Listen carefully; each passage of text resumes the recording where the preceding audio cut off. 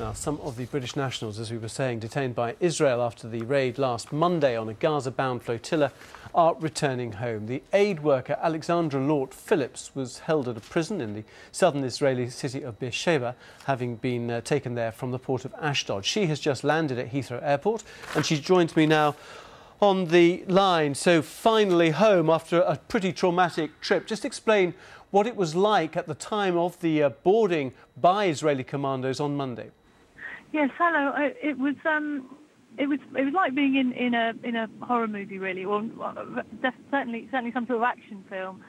Very surreal, being kind of meters away from a helicopter hovering overhead, and looking down over the side of the boat. I could see rafts coming up alongside, trying to throw things up to get onto the boat. I had an anxiety about the fact that they might even sink the ship, because there were loud bangs. I thought they were throwing things at the side of the ship, knowing that it's a fairly old day passenger ferry converted for our use. I sort of thought, well, this is really not safe at all. And then it became very clear to me how very unsafe the situation was, because once I'd stepped inside the stairwell of the ship, you know, the sheer number of severely injured people coming down the stairs. I'm not sure how many people have seen the images, but the ship was set up in order to transmit images throughout any sort of incident that might occur. That was the organisers' clear idea that anything that happened on board was going to be transmitted for the whole world to see, because we were a peaceful mission. I mean, Israel says that its commandos were set upon as they tried to abseil from that helicopter, and that activists tied a rope used by the soldiers to abseil to the ship, which could have brought the helicopter down. The commandos were then set upon with people with catapults and iron rods. Did you see any of that?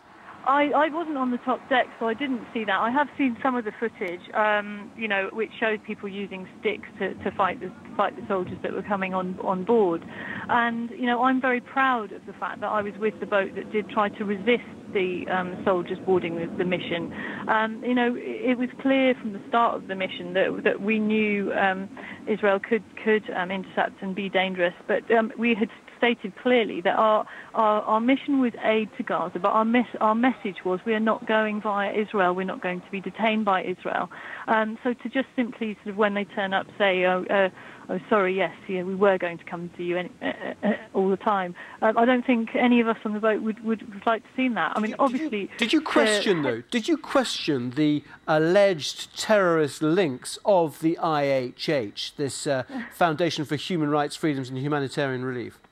I question it. I mean, it seems it's a ridiculous allegation. This organisation has been set up in Turkey, a secular country, for more than 15 years, and its operations are transparent. Well, you say that. I mean, so in other words, you were aware of the 2006 report by the Danish Institute for International Studies describing this group as a front for funding terrorist organisations and sending mujahideen to fight in countries such as Afghanistan, Bosnia and Chechnya. Now, I haven't read that report, and I'm sure if reports are produced, then governments will take action against the organisations that they have within their territory, registered within their territory. If Turkey had a concern about that organisation, then they would have addressed that at the time, I would have thought. I have full confidence in IHH. I've seen them working, and I've seen their projects. They've got 127 projects around the world. In fact, 127 countries they work in around the world, probably many more programmes than that. They sponsor 16,000 orphans. Their work is in supporting vulnerable groups such as widows and orphans in conflict zones. I have no concerns about these allegations, and I think it's a typical fear tactic to try to you know, to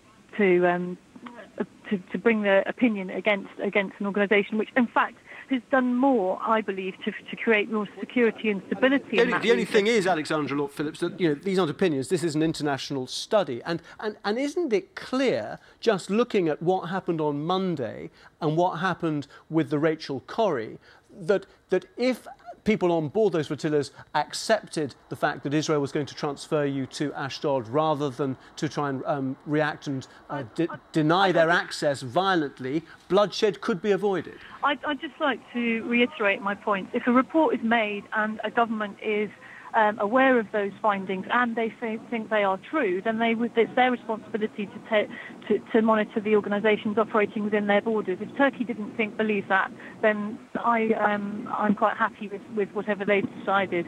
In terms of the different ways of dealing with an interception by the Israeli military, as I've said already, I'm very proud to have been on the boat that resisted that, because the mission is taking aid to Gaza and the message is that we are not going via Israel. Now, for Israel to turn up with their 2 gunships, their helicopters and their large number of soldiers with live ammunition, and to tell the world that we are the aggressive ones, I find quite ludicrous.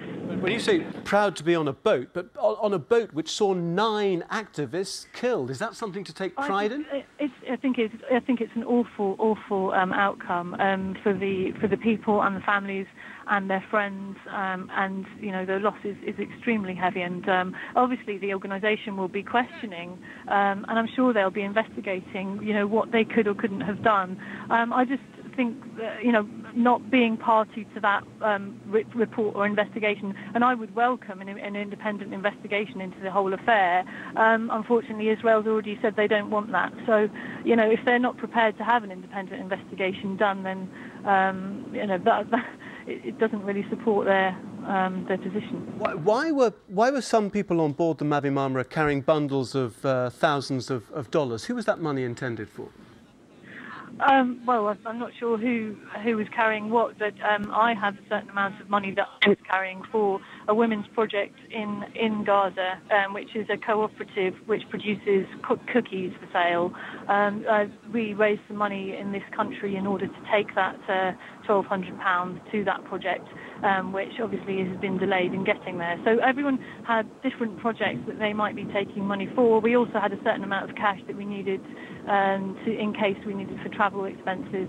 I mean, I travelled over from Elton to Istanbul in a truck, and I took cash that had been donated in order to buy the fuel, and I had some extra money left over from those travel expenses on me as well. That wasn't money for Hamas? No, certainly we wouldn't be handing over cash to the administration. I certainly wouldn't be doing that. IHH has got an office in Gaza that would be administrating the aid. I mean, I can't speak for what individuals might want to do. The strip is administered by Hamas. There's no getting away from the fact that you would need to talk to the administrators and liaise with the administrators of that area in order to be able to carry out the work. There's no getting away from that. I'd like to, kind of remind people that Hamas was in fact elected by the people there in 2006, and that resulted in the blockade when Israel decided that they didn't like the outcome of the election, which was independently as being a free and fair election. OK, Alexandra Lort-Phillips, well, welcome home. Thank you very much for speaking to us.